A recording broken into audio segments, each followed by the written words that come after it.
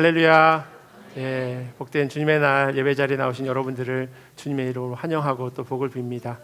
예, 우리 앞뒤 좌우로요 같이 인사 나누실까요? 잘 오셨습니다. 또 반갑습니다. 이렇게 같이 인사하면 좋겠습니다. 예, 반갑습니다. 예. 같이 이렇게 예배 드릴 수 있는 공동체가 있다고 하는 것, 또 함께 이렇게 웃으면서 인사 나눌 수 있다고 하는 것이 참 감사합니다. 오늘 드려지는 예배를 통해서 하나님 앞에 그렇게 전심으로 기쁨과 감사함으로 그렇게 나아가는 예배의 자리 되기를 간절히 소원합니다. 이제 다 함께 우리의 마음을 모아서 영과 진리로 하나님께 예배드립니다. 주님의 집들 안에서 지내는 하루가 다른 곳에서 지내는 첫날보다 낫기에 악인의 장막에서 살기보다는 하나님의 집 문지기로 있는 것이 더 좋습니다. 아멘. 우리 자리에서 일어나셔서 찬송가 20장으로 하나님 찬양하겠습니다.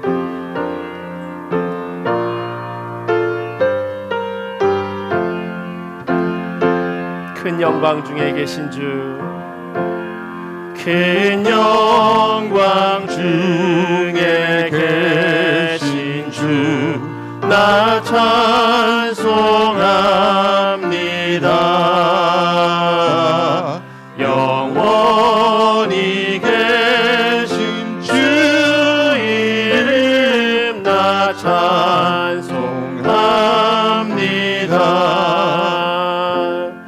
한없이 크신 능력을 나 찬송합니다.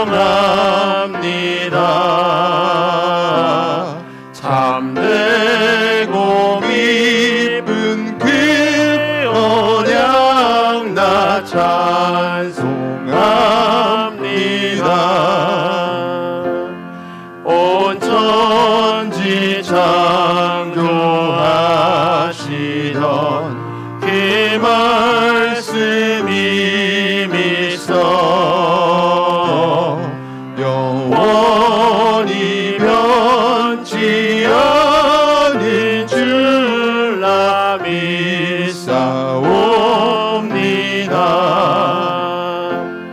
그 온유하신 주성 날 불러주시고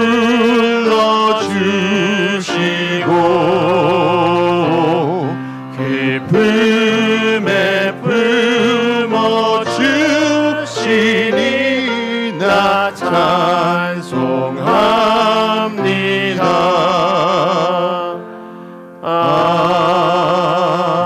아멘. 다 함께 사도신경으로 우리의 신앙을 고백합니다. 전능하사 천지를 만드신 하나님 아버지를 내가 믿사오며 그 외아들 우리 주 예수 그리스도를 믿사오니 이는 성령으로 잉태하사 동정녀 마리아에게 나시고 본디오 빌라도에게 고난을 받으사 십자가에 못 박혀 죽으시고 장사한 지 사흘 만에 죽은 자 가운데서 다시 살아나시며 하늘에 오르사 전능하신 하나님 우편에 앉아 계시다가 저리로서 산 자와 죽은 자를 심판하러 오시리라.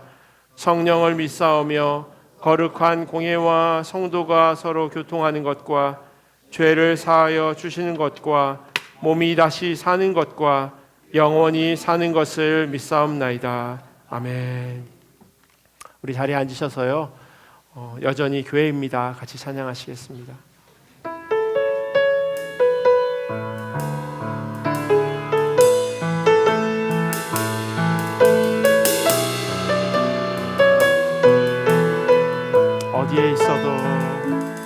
어디에 있어도 흩어져 있어도 우리는 여전히 교회입니다. 뼈아픈 실수와 혼란에 있어도 우리는 여전히 교회입니다. 어디에 있어도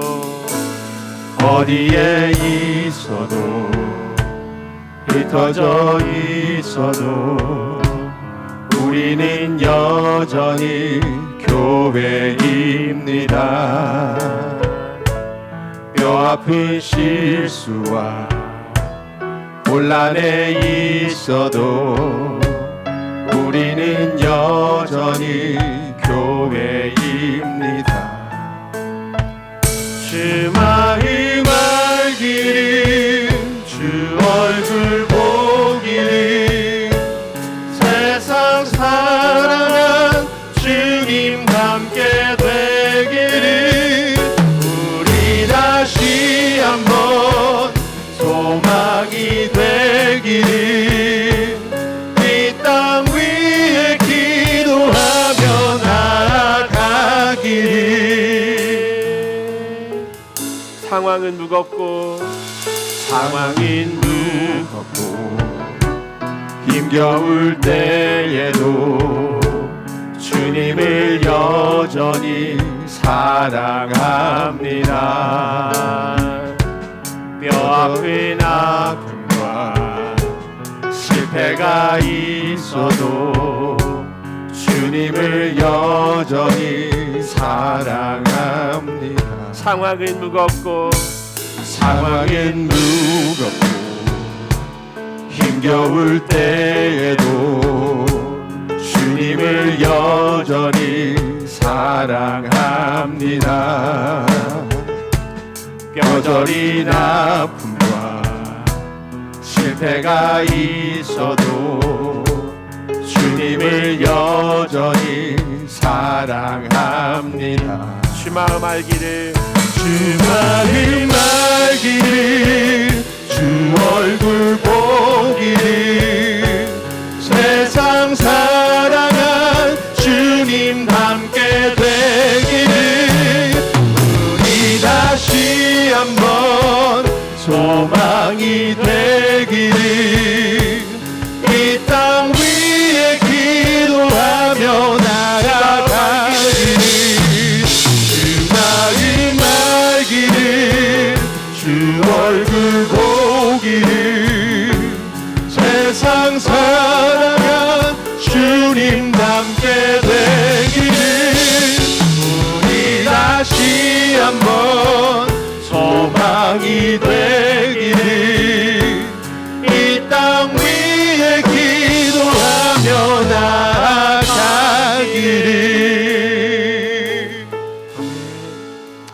우리 박수 치시면서요, 주 십자가를 지심으로 찬양하겠습니다.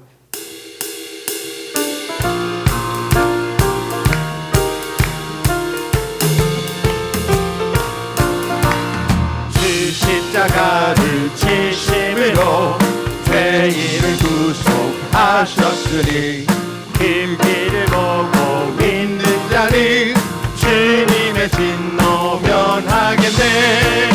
내가 깊이를 6월절 그 양의 길을 볼 때에 내가 널 넘어서 가리라. 그 악한 죄인 괴수라도 예수는 능히 구원하네. 온몸을 피에 담글 때에 주님의 진노 면하겠네. 심판할 때에 모든 백성 내가 일대로 보응받네. 주님의 피로 죄 씻으면 주님의 진노 면하겠네. 내가 깊이를 6월절 그 양의 길을 볼 때에 내가 널 넘어서 가리라. 그 주의 사랑 그 신의 내 보혈의 능력 의지하세. 심판의 불이 내릴 때에 주님의 진노 변하겠네. 내가 깊이를 6월절 그 양의 길을 볼 때에 내가 널 넘어서 가리라. 내가 깊이를 6월절 그 양의 길을 볼 때에 내가 널 넘어서 가리라.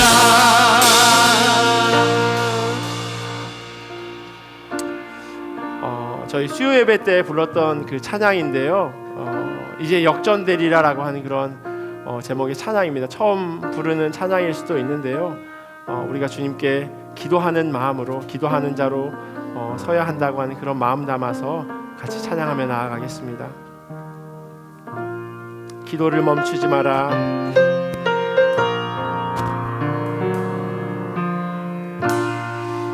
기도를 멈추지 마라. 눈앞의 상황이 마음을 눌러도 원망치 마라. 너의 입을 지켜라. 저들이 너의 입을 보고 있다. 마음을 뺏기지 마라.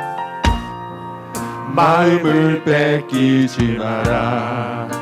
내가 널 도우지 않는단 소리에 너의 모든 게 불리해도 너는 기도를 계속하라. 너 기도를 멈추지 마라. 내가 너의 그 모든 상황을 바로 역전시키리. 너 기도를 멈추지 마라. 내가 잠시도 쉬지 않고 모든 걸 지켜보고 있으니 바로 역전되리라. 기도를 멈추지 마라. 기도를 멈추지 마라. 눈앞의 상황이 마음을 눌러도 원망치 마라. 너의 입을 지켜라. 저들은 너의 입을 보고 있다. 마음을 뺏기지 마라. 마음을 뺏기지 마라. 내가 널 도우지 않는단 소리에 너의 모든 게 불리해도 너는 기도를 계속해라. 너 기도를 멈추지 마라. 내가 너의 그 모든 상황을 바로 역전시키리. 너 기도를 멈추지 마라. 내가 잠시도 쉬지 않고 모든 걸 지켜보고 있으니 너 기도를 멈추지 마라. 내가 너의 그 모든 상황을 바로 역전시키리. 너 기도를 멈추지 마라. 내가 너의 그 모든 상황을 모든 걸 지켜보고 있으니 바로 역전되리라. 오 신실하신 주, 오 신실하신 주, 오 신실하신 주, 내가 널 떠나지도 않으리라. 내 너를 버리지도 않으리라. 약속하셨던 주님, 그 약속을 지키사 이후로도 영원토록 나를 지키시리라 확신하네. 우리 한 번 더 고백하며 나아가겠습니다. 오 신실하신 주, 오 신실하신 주, 오 신실하신 주, 내 너를 떠나지도 않으리라. 내 너를 버리지도 않으리라. 약속하셨던 주님, 그 약속을 지키사 이후로도 영원토록 나를 지키시리라 확신하네. 지금 이 시간 함께 같이 기도하며 나아가겠습니다. 하나님, 신실하신 하나님, 우리와 하신 그 약속 지키겠다 말씀하신 하나님, 우리가 그 주님 앞에 나왔습니다. 그 주님 앞에 모였습니다. 하나님, 전심으로 예배하게 하시고 또 엎드려 기도할 때 하나님 우리의 기도 가운데 귀 기울이시는 분임을 우리가 다시금 기억할 수 있도록 하나님 인도하여 주시옵소서. 선포되어지는 말씀에 함께 같이 기도하기를 원합니다. 들리는 자 또 전하는 자 함께 은혜 받는 귀한 예배의 자리 되게 하셔서 하나님의 말씀으로 살아내는데 조금 더 부족함이 없도록 하나님 우리에게 말씀하여 주시옵소서. 우리 기도 제목 가지고 같이 기도하며 나아가겠습니다. 기도하겠습니다. 하나님 우리를 사랑하여 주심에 감사합니다. 하나님만 바라보면서 하나님만 의지하면서 그렇게 하나님 나아가며 기도하는 자 될 수 있도록 하나님 인도하여 주시옵소서. 연약하고 부족한 자들이 하나님 모였습니다. 그런 하나님 각 심령 가운데 하나님 말씀하여 주시옵소서. 하나님의 음성으로 들려지게 하시고 하나님의 말씀으로 듣게 하시고 그리하여서 그 말씀 가운데 우리가 온전히 엎드려 기도하는 자 될 수 있도록 주여 역사하여 내 너를 버리지도 한 사람 한 사람 붙들어 주시옵소서. 하나님의 말씀 가운데 하나님의 은혜의 장중에 붙들어 주시옵소서. 여전히 부족하지만 주의 자녀로 살아가는데 부족함이 없도록 하나님 우리의 심령을 붙잡아 주시옵소서. 하나님께 감사함과 기쁨으로 예배하는 귀한 은혜의 자리 되기를 간절히 소원하며 사랑이 많은 신 예수님의 이름으로 기도합니다.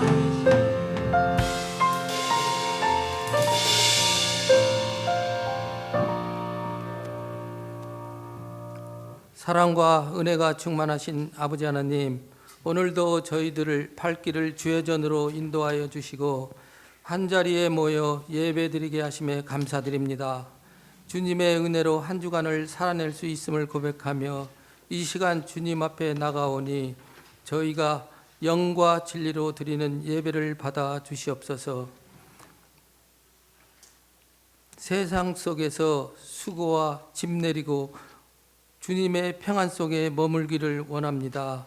저희의 마음을 새롭게 하시고 저희의 영혼을 솟게 하여 주시옵소서. 지난 한 주간을 돌아볼 때 저희들의 생각과 행동이 주님의 뜻에 온전하지 부합하지 못하였음을 고백합니다. 세상의 유혹과 걱정 속에서도 주님을 온전히 신뢰하지 못하고 때로는 불평과 불만을 내뱉었음을 용서하여 주시옵소서. 우리의 연약함을 아시는 주님, 우리의 마음을 붙들어 주시고 한번 주님의 길로 돌아설 수 있는 은혜를 베풀어 주시옵소서. 특히 오늘 종교개혁주일로 주님 앞에 예배합니다. 오직 말씀과 믿음, 은혜로 새롭게 하신 주님을 기억하며 신앙의 참뜻과 참모습으로 회복되는 예배가 되게 인도하여 주시옵소서. 주님께서 세우신 교회를 위해 기도합니다. 우리 교회가 주님의 말씀 위에 굳건히 세워지게 하시고 세상 속에서 복음을 빛을 밝히는 교회가 되게 하여 주시옵소서. 다음 세대들이 주 안에서 믿음 안에서 자라게 하시고 세상의 유혹에 흔들리지 않고 주님의 뜻을 따라 살아가는 게 인도하여 주시옵소서.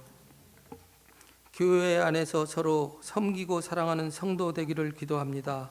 각자의 자리에서 맡은 바 사명을 성실히 감당하게 하시고 서로의 힘이 되고 위로가 되는 아름다운 공동체가 되게 하여 주시옵소서. 연약한 성도들과 병중에 있는 자들을 위하여 기도합니다. 육신의 병으로 고통받는 이에게 치유의 손길을 주시고 주의 능력으로 회복되게 하여 주시옵소서. 마음의 상처와 고통 속에 있는 자들을 위로하여 주시고 주님의 사랑으로 그들의 상한 심령이 치유되게 하여 주시옵소서.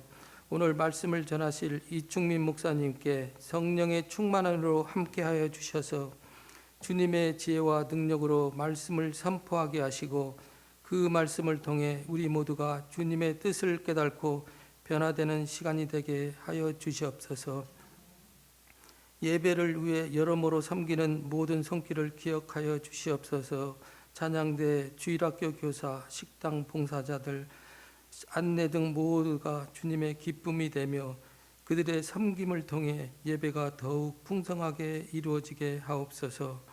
주님께 영광 돌리는 예배가 되길 소망하며 이 모든 말씀 우리 주 예수 그리스도 이름으로 기도드렸사옵나이다. 아멘.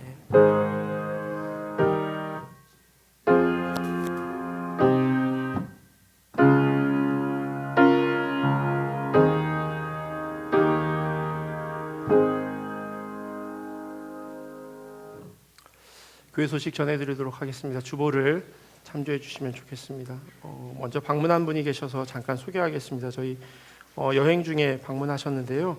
박지호, 신지윤 자매님이신 것 같은데 어디 계시는지 바깥에 계시는군요. 예, 환영합니다. 예, 예배 잘 드리시고 또 예배 후에 식사하시고 그렇게 돌아가시면 좋겠습니다.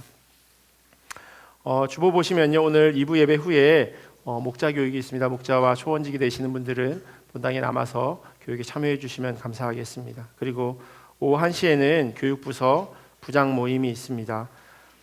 돌아오는 목요일 6시, 오후 6시부터 8시 30분까지요. 본당에서 주일학교, 유년주일학교 또 유치부 홀리윈데이로 지냅니다. 아마 오시면서 이렇게 몇 주 광고한 대로 도네이션 하신 분들도 계실 거고요. 또 혹시 시간이 되시면 당일 나오셔서 봉사해 주시고 또 이 자리에 오시기가 어려우신 분들은 같은 시간에 또 진행되어지는 모든 프로그램 가운데 하나님의 은혜 가운데 잘 아무 사고 없이 진행될 수 있도록 기도해 주시면 좋겠습니다. 11월 1일 날 금요일이죠. 이번 주 금요일 정책당회 내년도 사역 관련해서 정책당회로 모이도록 하겠습니다. 그리고 12월 주일 설교는요, 소설 엄마를 부탁해를 가지고 진행할 예정입니다. 혹시 책을 구하실 수 있는 분들은 미리 좀 읽고 오시면 설교를 이해하는 데 조금 도움이 되지 않을까 싶습니다. 세례 광고합니다. 11월 3일부터 11월 17일까지 신청받고요. 11월 22일 그리고 11월 29일 날 온라인으로 세례 교육을 실시하도록 하겠습니다. 그리고 12월 15일 세례식을 거행하겠습니다. 2부 예배 때 세례식을 진행하도록 하겠습니다. 8번 광고 보시면 지난주 1층 각 부속실 바닥 그리고 1층에 있는 남녀 화장실 수리가 있었습니다. 그래서 되게 깨끗하게 좋은 그런 환경으로 이렇게 좀 조금씩 바뀌어가고 있는데요. 특별히 일주일 이렇게 시간이 되실 때마다 오시고 일주일 내내 또 섬겨주신 분들도 계시고요. 그래서 그렇게 시간과 마음과 열정을 이렇게 쏟아주셔서 다시 한번 이 자리를 빌어서 감사의 말씀을 드립니다. 주차 광고인데요. 저희가 소방법에 따라서 저희 건물 쪽으로 말고 건물 바깥쪽에 있는 그러니까 잔디밭에 있는 쪽으로 주차를 좀 해주시면 좋겠습니다. 저희 캐나다에 있는 모든 건물이 그렇지만 건물을 어느 정도 소방법과 관련돼서 그런 준비가 좀 있어져야 해서요. 저희 건물 쪽으로 말고 잔디밭 있는 쪽으로 주차를 해주시면 좋겠습니다. 지난주에 정재규 장로님 그리고 민경옥 권사님 가정에서, 그리고 이용근 집사님, 최미숙 권사님 가정에서 애천 헌금 드리셨습니다. 그리고 이번 주 수요일부터 25년 4월 21일까지요. 한 5개월, 6개월 정도 되는 기간 동안 김민규 장로님 그리고 김경순 권사님께서 라오스 선교 사역 일정으로 잠깐 또 한 6개월 정도 다녀오실 예정입니다. 같이 마음으로 기도해 주시면 좋겠습니다. 편안하게 또 그 사역 가운데 하나님 주신 은혜로 잘 사역 마칠 수 있도록 그렇게 기도해 주시면 감사하겠습니다. 다음 주일은요, 시차가 이렇게 1시간, 그러니까 앞당겨지는 거예요. 시차가 한국이랑 14시간 나는 건데 새벽 2시가 새벽 1시가 되는 겁니다. 그러니까 1시간 더 주무시고 오셔도 되고요. 혹시 아침에 눈을 뜨셔서 그냥 본인도 모르게 교회 오셨으면 1시간 기도하시고 이렇게 준비하시면 좋겠습니다. 아마 입구에 이렇게 일광절약 시간 변경되는 거 다 보셨을 텐데요. 그렇게 시간 확인하셔서 예배 드리시는데 어려움이 없으셨으면 좋겠습니다. 따로 빠진 광고 없으면 우리 주님 주신 말씀 같이 보도록 하겠습니다. 오늘 우리에게 주신 하나님의 말씀은 에베소서 3장 14절에서 21절까지 말씀입니다. 우리 자리에서 일어나셔서 하나님 주신 말씀 같이 보도록 하겠습니다. 에베소서 3장 14절에서 21절까지 말씀입니다. 우리 한 절씩 교독하고 마지막 21절은 같이 읽겠습니다. 제가 먼저 14절 봉독합니다. 이러므로 내가 하늘과 땅에 있는 각 족속에게 이름을 주신 아버지 앞에 무릎을 꿇고 비노니 그의 영광의 풍성함을 따라 그의 성령으로 말미암아 너희 속 사람을 능력으로 강건하게 하시오며 믿음으로 말미암아 그리스도께서 너희 마음에 계시게 하시옵고 너희가 사랑 가운데서 뿌리가 박히고 터가 굳어져서 능히 모든 성도와 함께 지식에 넘치는 그리스도의 사랑을 알고 그 너비와 길이와 높이와 깊이가 어떠함을 깨달아 하나님의 모든 충만하신 것으로 너희에게 충만하게 하시기를 구하노라. 우리 가운데서 역사하시는 능력대로 우리가 구하거나 생각하는 모든 것에 더 넘치도록 능히 하실 이에게 교회 안에서와 그리스도 예수 안에서 영광이 대대로 영원 무궁하기를 원하노라. 아멘. 하나님의 말씀입니다. 자리에 앉겠습니다. 제가 오래전에 섬겼던 교회에 권사님 한 분이 계셨습니다. 말만 하면 누구나 알만한 아주 큰 교회에 담임하시는 분의 누님이셨는데요. 그 제가 사역했던 그 지역에 아들이 살고 있어서 이렇게 한국과 그 지역을 이렇게 오가며 지내고 있었습니다. 그러다가 몸이 조금 불편하셔서 딸이 살고 있는 미국에 가서 이렇게 검사를 받았는데 조금 정밀한 검사가 필요하다고 하는 의사의 소견을 듣고 급하게 한국으로 들어가셨습니다. 한국에 가서 검사를 하니 그 미국 의사의 이야기대로 가벼운 병은 아니었어요. 아주 심각한 병으로 바로 입원을 하실 수밖에 없었습니다. 저희 장모님도 저희 집에 방문했을 때 그 권사님과 교제를 하신 적이 있으셔서 한국에 계시니까 이제 병문안을 가셨어요. 근데 그 권사님 하시는 얘기가 믿는 사람이 이런 모습을 보이면 덕이 안 되는데 라고 하면서 마음이 좀 무겁고 근심 어린 얼굴로 저희 장모님에게 이야기하신 것을 제가 이제 전해 들었습니다. 그 권사님 생각은요, 믿는 사람은 모든 일이 흔히 이야기하는 대로 만사형통 그렇게 되어져야 한다는 생각을 가지고 있으셨던 겁니다.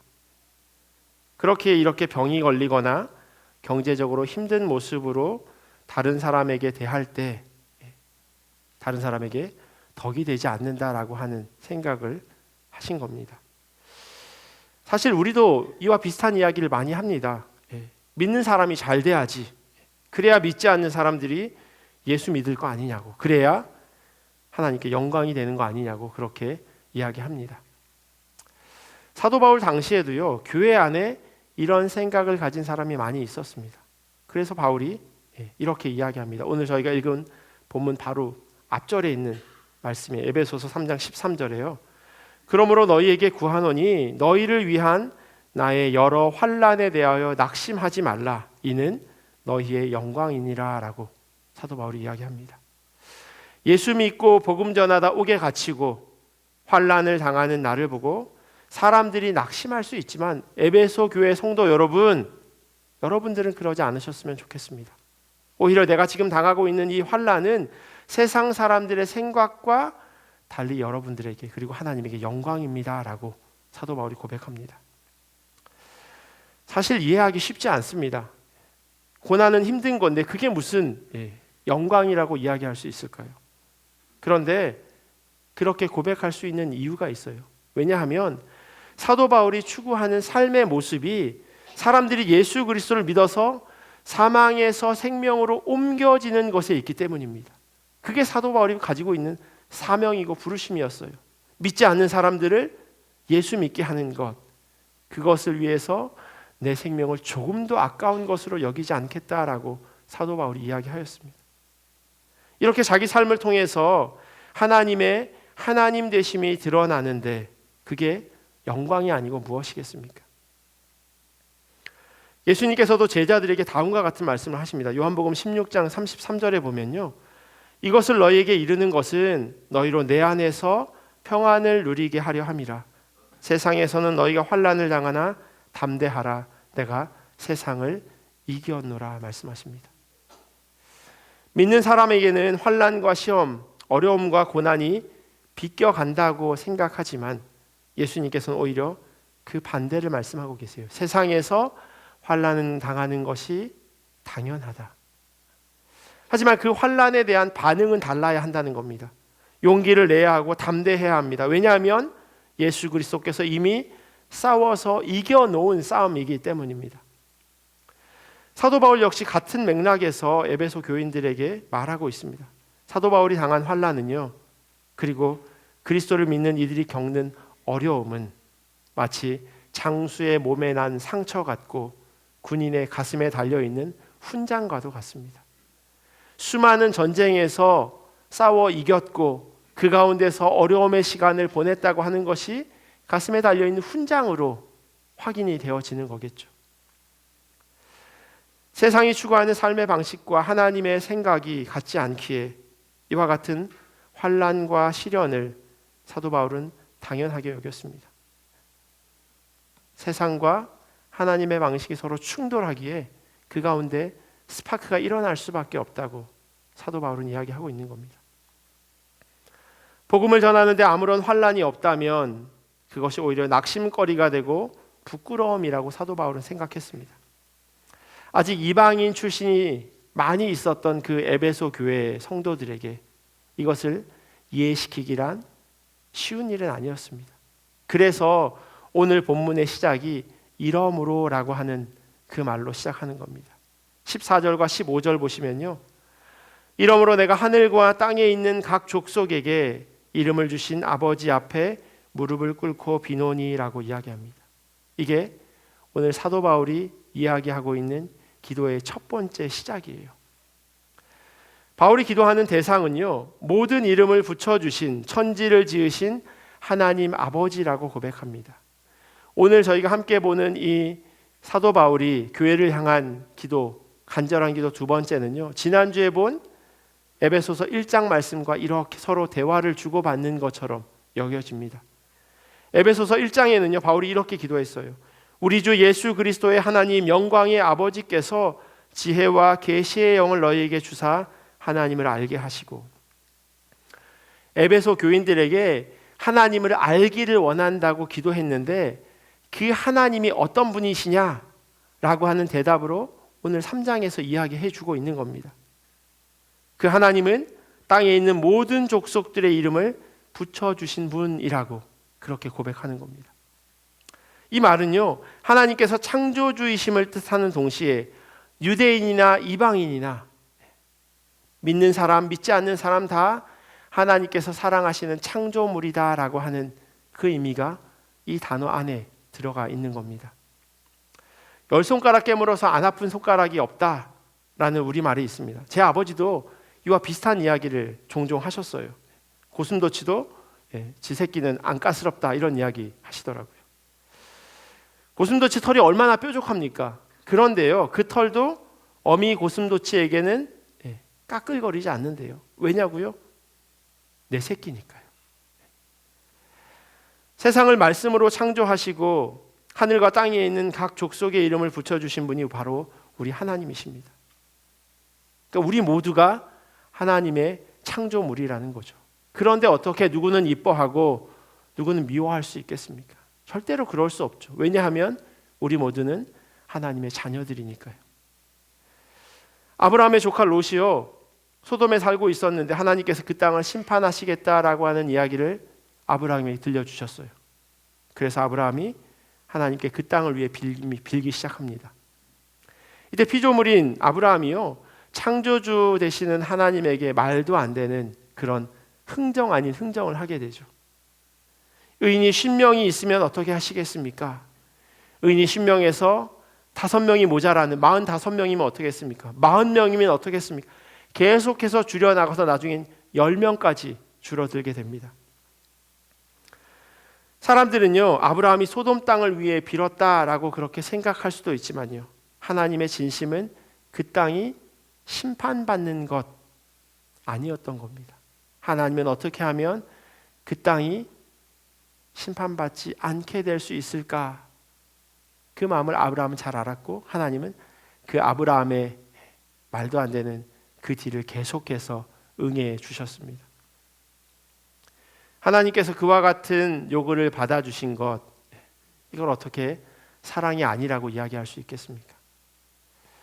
잘 아시는 것처럼 하나님께서 하나밖에 없는 독생자까지 아낌없이 주실 만큼 사랑한 것이 바로 이 세상입니다.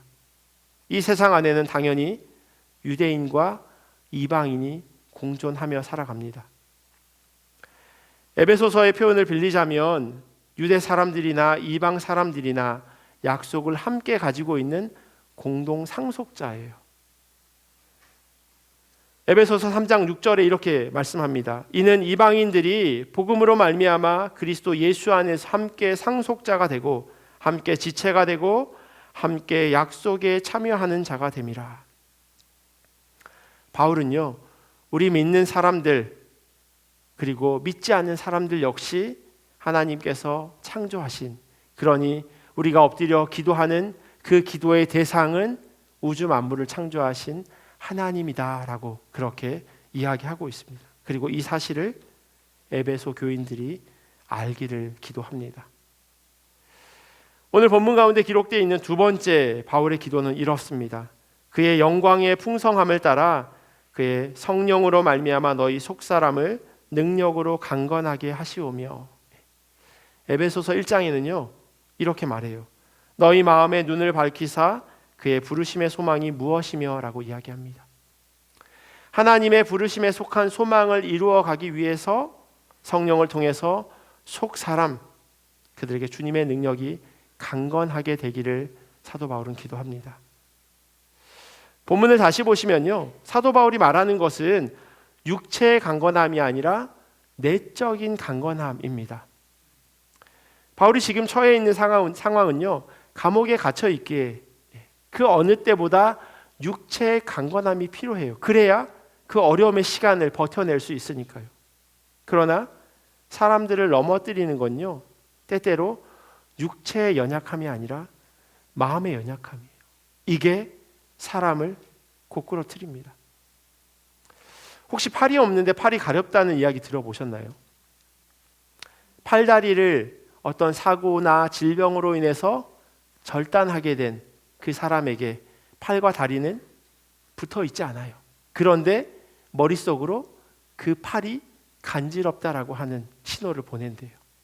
이걸 유령 팔다리 증후군이라고, 팬텀 림 신드롬이라고 부르는데요, 참 희한한 일이 아닐 수 없습니다. 팔이 없는데 어떻게 가려울까요? 모유 수유를 하신 분들은 경험하셨을 거예요. 아이가 배가 고프겠다라고 생각을 하게만 해도 젖이 돈다고 이야기하더라고요. 아주 예전에 방송된 그 다큐멘터리 마음이라고 하는 프로그램을 보니까요, 임신을 하지 않았는데 아이를 갖고 싶은 생각이 너무나도 커서 배가 점점 불러오는 거예요. 그리고 매달 하는 생리도 멈추고, 그래서 임신한 걸로 생각한 거예요. 그래서 병원을 찾았는데 배는 이미 6개월, 7개월인데 아이가 없어요. 상상 임신이라고 그렇게 진단을 받게 되기도 합니다. 또 어떤 여자분은요, 배가 조금 딱딱해서 병원을 찾았어요. 걱정을 가지고 암인가 보다 하고 그렇게 갔는데 병원에서 의사가 하는 이야기가 임신입니다. 자그마치 그 일이 있은 3일 이후에 출산을 해요. 만삭이었던 거예요. 그런데 본인이 임신했다라고 하는 생각을 전혀 하지 못하니 그걸 깨닫지 못하는 거예요. 분명히 태동이 있었을 거예요. 건강한 아이가 태어났으니까. 그럼에도 불구하고 머릿속으로는 그걸 자각하지 못하고 있었던 겁니다. 물론 바울이 말하는 게 뇌과학에 대해서 혹은 최면이나 긍정의 힘을 이야기하고 있는 것은 아니에요. 고린도 교회에 보낸 편지를 보면요, 바울이 이런 이야기를 합니다. 우리의 온갖 환난 가운데서도 나에게는 위로가 가득하고 기쁨이 넘칩니다. 환난이 지금 그 중심에 있는 거예요. 환난 중심에 사도 바울이 있어요. 그런데도 불구하고 나에게 위로가 가득하고 기쁨이 가득하다라고 그렇게 이야기합니다. 그 다음 장인 고린도후서 8장에 보면요, 마게도니아라고 하는 어떤 교회를 고린도 교회에게 소개하면서 그 교회에 아주 칭찬할 그런 내용들을 전달하고 있어요. 형제자매 여러분, 우리는 하나님께서 마게도니아 여러 교회에 베풀어 주신 은혜를 여러분에게 알리려고 합니다. 그들은 큰 환난의 시련을 겪으면서도 기쁨이 넘치고 극심한 가난에 쪼들리면서도 넉넉한 마음으로 남에게 베풀었습니다. 내가 증언합니다. 그들은 힘이 닿는 대로 구제하였을 뿐만 아니라 오히려 힘에 지나도록 자원해서 하였습니다. 사도 바울이 이야기하고 싶은 건요, 어려움에도 불구하고 그렇게 하십시오, 빚을 내서라도 그렇게 하십시오, 그런 이야기를 하고 있는 게 아니에요. 경제적으로 넉넉하거나 가난하거나 상관없이 남에게 베풀 수 있는 그 마음이 마게도니아 교회 성도들에게 있습니다. 그런데 그들이 처해 있는 그 상황은요, 어려움의 시간이라는 거예요. 환난 가운데, 핍박 가운데 있는 그런 상황이라는 겁니다. 그럼에도 불구하고 그들이 다른 사람을 선대할 수 있었던 이유는 그들이 하나님의 사랑을 경험한 사람들이기 때문입니다 라고 이야기합니다. 이게 가능한 이유는요, 성령으로 말미암아 이들의 내적 상태가 강건하였기 때문이에요. 이 모든 일들은 그분의 영광의 풍성하심을 따라 시작됩니다. 영광이라고 하는, 그분의 영광이라고 하는 말의 뜻이 뭐냐면요, 하나님의 하나님 되심을 이야기하고 있습니다. 마가복음 9장에 보면 중풍병 환자가 고침을 받는 것이 나오는데요, 사람들이 그 장면을 보고 두려워했다라고 이야기해요. 그리고 하나님께 영광을 돌렸다라고 말씀합니다. 병 고침을 통해서 하나님이 어떤 분이신지, 하나님의 하나님 되심이 드러났다는 거예요. 마태복음 15장에 보면요, 많은 병자들이 예수님을 찾아옵니다. 걷지 못하는 사람, 눈먼 사람, 말 못하는 사람, 그 밖에 아픈 사람들이 예수님을 찾아왔는데 예수님께서 그들을 고쳐주셨어요. 이 모습을 보고 무리들이 놀라고 하나님께 영광을 돌립니다. 하나님의 하나님 되심이 예수 그리스도의 치유 사역을 통해서 확실하게 눈으로 보여진 거죠.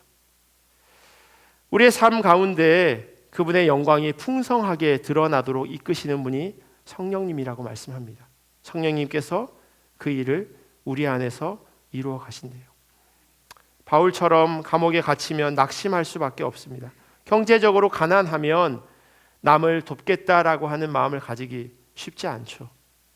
그런데 낙심하지 않고 일어서면서 시련 가운데서 기뻐하고 가난함에도 불구하고 넉넉하게 베푸는 것을 통해서 하나님의 영광이 나타난다고 성경은 말씀합니다. 세상은 이런 사람들을 통해서 예수 그리스도를 보게 됩니다. 바울은 에베소 교회의 성도들이요, 이와 같이 성령님을 통해서 속 사람이 강건하여지기를 간절하게 바라고 있습니다. 세 번째 바울의 기도는 이렇습니다. 믿음으로 말미암아 그리스도께서 너희 마음에 계시게 하시옵고.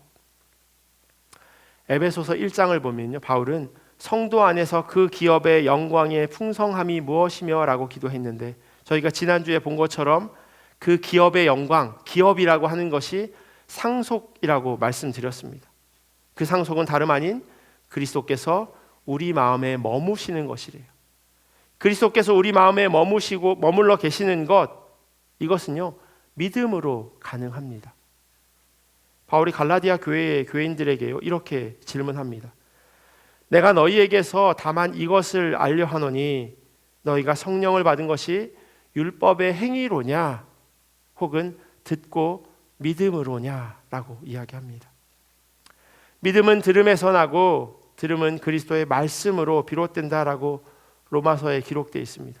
마치 꼬리에 꼬리를 무는 것 같지만 결국 믿음은 하나님의 말씀 들음이라고 이야기하고 있어요. 우리를 그 말씀이 그리스도 안에 머물도록 합니다. 그리스도께서 우리 마음속에 머물러 있다라고 하는 말은요 잠깐 동안 계시는 것을 이야기하는 것이 아니에요. 주석을 보니까 머물다, 거주하다라고 하는 이 단어가 헬라어에 두 개가 있는데요. 하나는 에베소서 2장 19절에 있는 외국 사람이나 나그네라고 하는 그 표현 가운데 사용되어져요. 외국 사람이나 나그네가 살아가는 삶의 모습. 캐나다로 치면요 여기 살고 있지만 방문하신 분 같은 의미로 생각해 볼 수 있을 것 같아요. 머물러 있는 사람의 마음이 그렇든 그렇지 않든 상관없이 캐나다 정부에서는 그 사람에게 방문한 사람이라고 이야기합니다. 금방 돌아갈 사람이라고 정의 내린다는 거죠. 1세기 당시 외국 사람이나 나그네는요 모두 잠시 머무르는 사람으로 여겨졌습니다. 하지만 오늘 본문인 17절에 기록된 그리스도께서 마음속에 머물러 계시다라고 할 때 사용되어지는 이 머무름이라고 하는 단어는요 어떤 곳에 정착한다라고 하는 단어를 사용하고 있어요. 캐나다에서 주는 비자가 비지터 레코드가 있고 또 PR이라고 부르는 퍼머넌트 레지던스라고 하는 그게 있죠. 두 개의 의미가 똑같지 않습니다. 이 사람은 잠깐 머물 사람, 이 사람은 계속 있을 사람이라고 캐나다 정부에서 따로 분류를 하고 있는 겁니다. 이와 같은 그 예를요 영국 성공의 핸들리 모울 주교는 이렇게 이야기합니다. 바울이 택한 단어는 이 머물다라고 하는 이 단어요. 새방이 아닌 자기 집, 내일 떠날 숙박객이 하룻밤 묵어가는 곳이 아닌 자기 집에 있는 주인의 거처를 명확하게 나타내는 말이다라고 17절을 설명합니다. 저도 렌트 살고 있는데요. 내 집 있으면 이사 걱정 안 해도 되겠다. 못 실컷 박아도 되겠다. 아니고 또 아이들이 전학을 안 가도 되겠다라고 하는 그런 생각을 합니다. 그런데 바울이 말하고 있는 건요 단순히 주거의 문제를 이야기하고 있는 것이 아니에요. 사도 바울이 보기에 에베소 교회 성도들, 어떤 성도들이겠죠? 그들의 마음의 집에는 예수님이 렌트로 살고 있는 거예요. 월세로 살고 있다라고 하는 것이 눈으로 보여지는 겁니다. 주님께서 그 사람의 마음에 영구히 주인으로 머무셔야 하는데 방문객이나 나그네로 잠시 왔다 가시도록 하는 그것이 너무나도 안타깝게 여겨졌던 겁니다. 사도 바울이 기도하는 것은요 에베소 교회 성도들이 예수님을 자신의 필요에 따라서 혹은 어떤 삶의 결핍을 경험할 때 잠시 불러서 자기의 소원을 해결해 주는, 자기의 원함을 들어주는 그런 존재로 사용하지 않기를 바라고 있었습니다. 그렇게 값싼 분으로 여기지 말라는 거죠. 예수님께서 얼마나 성도들의 마음속에 흔들림 없이 머물러 계시기를 사도 바울이 바랬냐 하면요 17절 후반절에 보면 너희가 사랑 가운데서 뿌리가 박히고 터가 굳어져서라고 하는 이 단어를 사용하며 기도하고 있습니다. 나무가 한번 뿌리 내리면요 옮겨 심지 않는 한 그 자리에서 그대로 있습니다. 저희 그 뒤에 놀이터 보면 아주 아름드리 큰 나무들이 있어요. 얼마나 거기 있었는지 잘 알 수 없지만 누가 옮겨 심지 않는 한 그 나무는 그 자리에 계속 서 있게 될 겁니다. 우리 마음 가운데 그리스도 예수께서 내주하시는 믿음으로 우리가 그것을 기억하는 그 모습이 어떤 모습이어야 하냐면 바로 그 나무가 거기에서 뿌리를 내리고 깊이 흔들림 없이 서 있기를 원하는 그런 마음이 사도 바울에게 있었던 겁니다. 그래서 에베소 교인들이 그렇게 믿음 생활하기를 사도 바울은 간절히 기도합니다. 네 번째로 사도 바울은요 에베소 교회 성도들이 그리스도의 사랑을 온전히 알기를 바랍니다. 18절과 19절 말씀 보시면요 능히 모든 성도와 함께 지식에 넘치는 그리스도의 사랑을 알고 그 너비와 길이와 높이와 깊이가 어떠함을 깨달아 하나님의 모든 충만하신 것으로 너에게 충만하게 하시기를 구하노라. 1장에서는 이런 소원을 기도했어요. 그의 힘의 위력으로 역사하심을 따라 믿는 우리에게 베푸신 능력의 지극히 크심이 어떠한 것을 너희로 알게 하기를 구하노라. 하나님의 그 능력이 얼마나 큰지를 알기를 원하는데 그게 얼마나 크냐 하면 19절에 이야기한 대로 잴 수 없다는 거예요. 너비와 길이와 높이와 깊이, 하여튼 잴 수 있는 모든 그 단위들은 다 갖다가 붙여서 이것으로 하나님의 사랑을 우리가 어떻게 잴 수 있겠느냐라고 반문하고 있는 겁니다.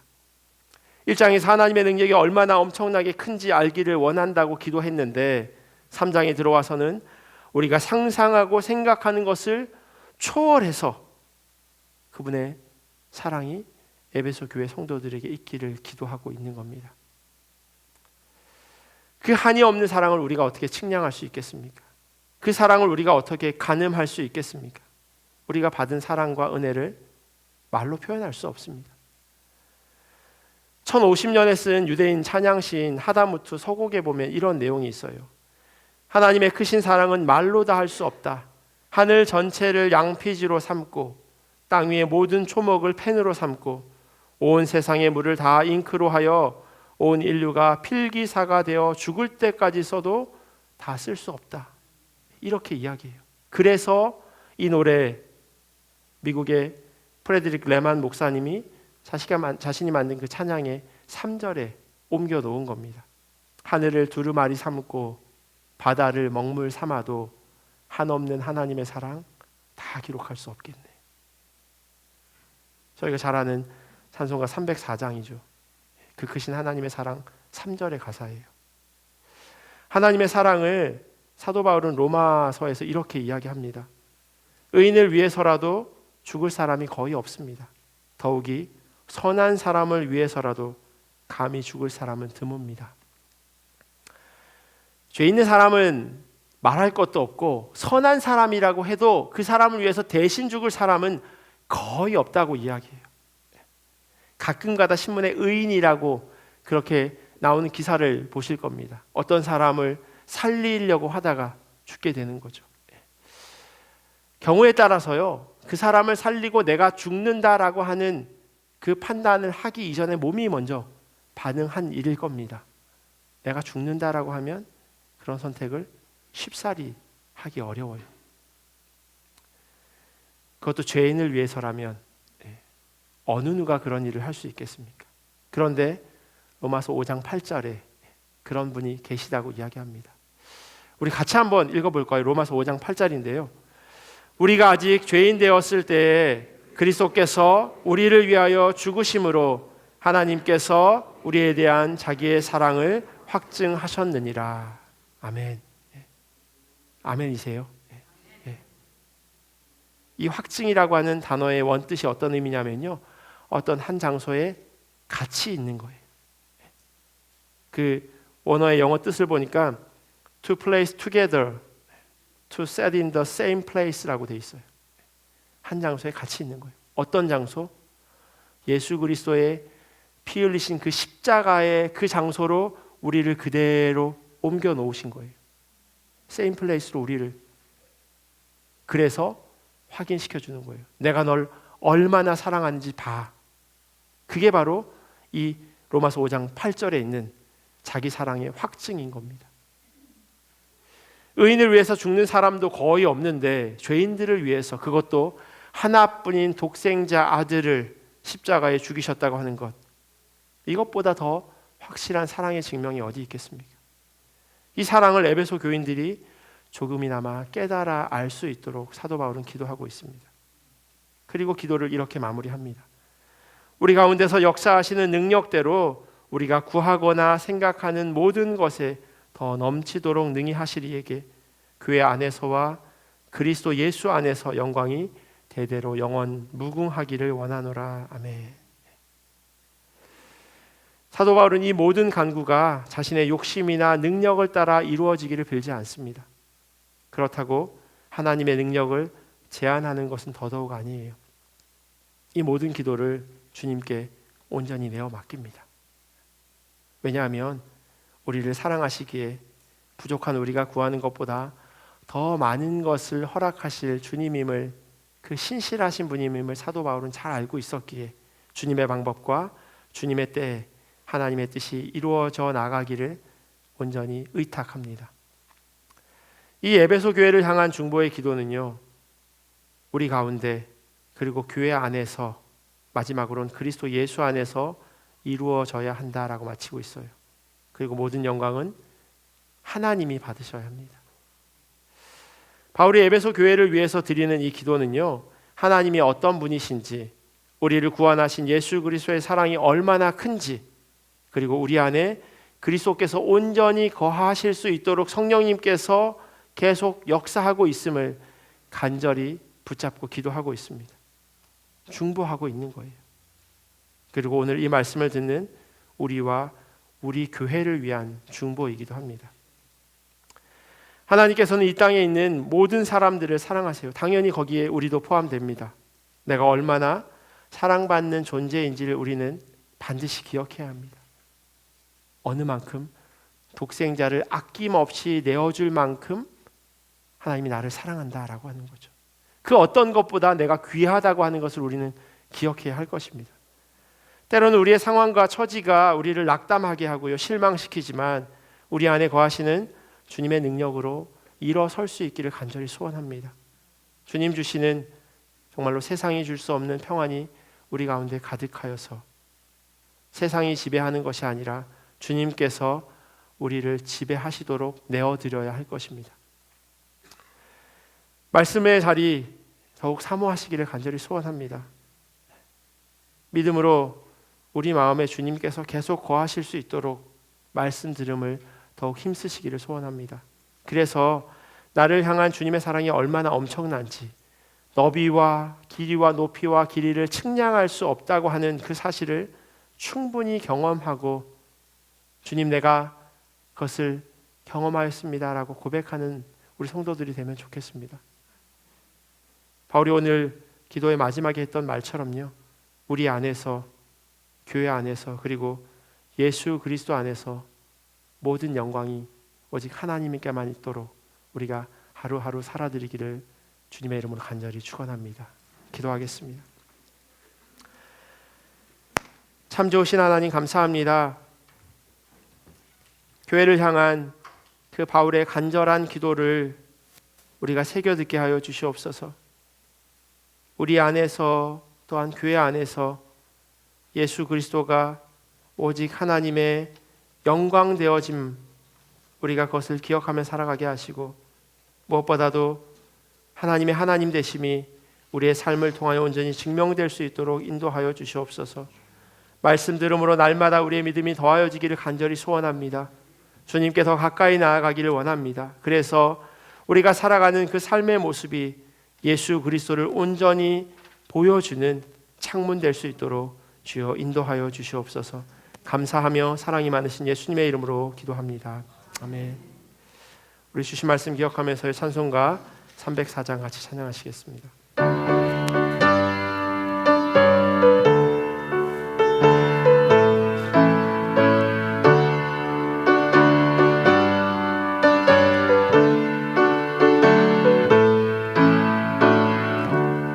그 크신 하나님의 사랑 말로 다 영영 못하네. 저 높고 높은 별을 넘어 이 낮고 낮은 땅 위에 죄범한 영혼 구하려 네 아들 보내사 화목제물 삼으시고 죄 용서하셨네. 하나님 크신 사랑이 측량 다 못하네. 영원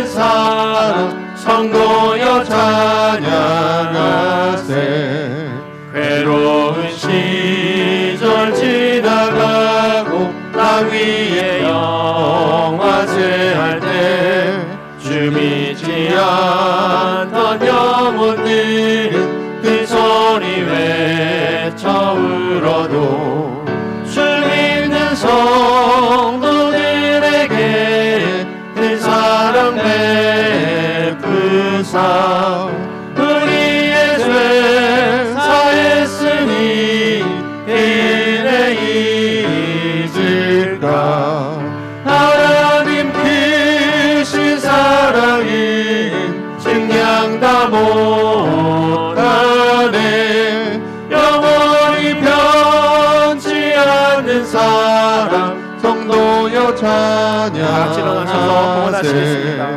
하늘을 들을 많이 삼고 바다를 먹물 삼아도 한없는 하나님의 사랑 이룩할 수 없겠네.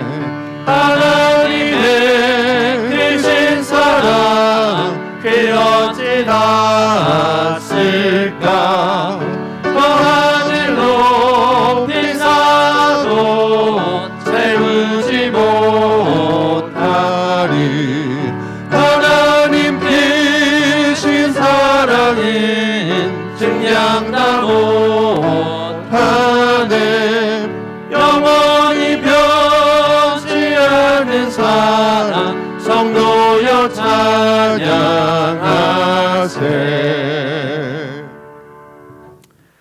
라오스 선교 헌금 드립니다. 우리 온 가족을 지켜주신 성령 하나님 아버지 범사에 감사드립니다. 범사에 감사합니다. 하나님 감사합니다. 모든 일에 합력하여 선을 이루시는 하나님을 바라보면서 범사에 감사드립니다. 은혜를 구하며 주어진 삶을 최선으로 살아가게 하소서. 어머니 장례식을 무사히 치르고 함께 하신 주님께 감사합니다.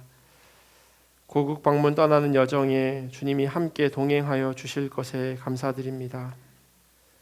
응답하신 기도, 거절하신 기도, 모든 기도에 응답하여 주심에 감사드립니다.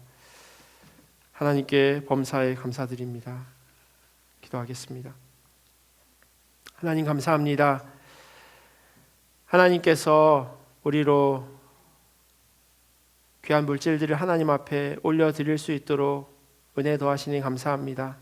이 물질 드림이 내 삶 가운데 물질이 주인이 아니라 예수 그리스도 한 분이 주인임을 고백하는 그런 귀한 움직임이오니 하나님 이 물질을 귀하게 받아주시옵소서. 하나님께서 허락하신 것들이 다 하나님으로부터 왔음을 고백하는 그런 믿음의 고백이오니 하나님 기쁘게 받으시고 하나님께서 원하시는 곳에 잘 사용되어질 수 있도록 우리에게 지혜를 더하여 주시옵소서. 하나님 드리지 못한 손길들, 그들의 마음과 상황과 형편을 하나님 살펴주시옵소서. 주님께서 더 많이 채워주시고 하나님께서 믿음 더하셔서 그들의 삶 가운데도 그러한 귀한 고백이 있어지기를 간절히 원합니다. 그래야 해서 주님의 몸된 교회 성도들 한 사람 한 사람 이들의 삶과 그들이 살아가는 그 여러 터전 위에 주님께서 채우시고 흔들어 넘치도록 부으시는 귀한 역사들을 우리 함께 경험하게 하여 주시옵소서. 그래야 해서 주님께만 영광이 되고 주님만이 드러나는 성도의 삶 살아갈 수 있도록 주여 붙잡아 주시옵소서. 지금은 우리 주 예수 그리스도의 크신 은혜와 하나님 아버지의 사랑하심과 성령님의 교통하심이 우리와 교회를 향한 기도대로 살아가기를 결단하는 주님의 자녀들 머리 위에, 그리고 이들의 가정과 삶의 자리와 주님의 몸된 교회 위에 지금부터 영원토록 함께 하시기를 간절히 축원하옵나이다.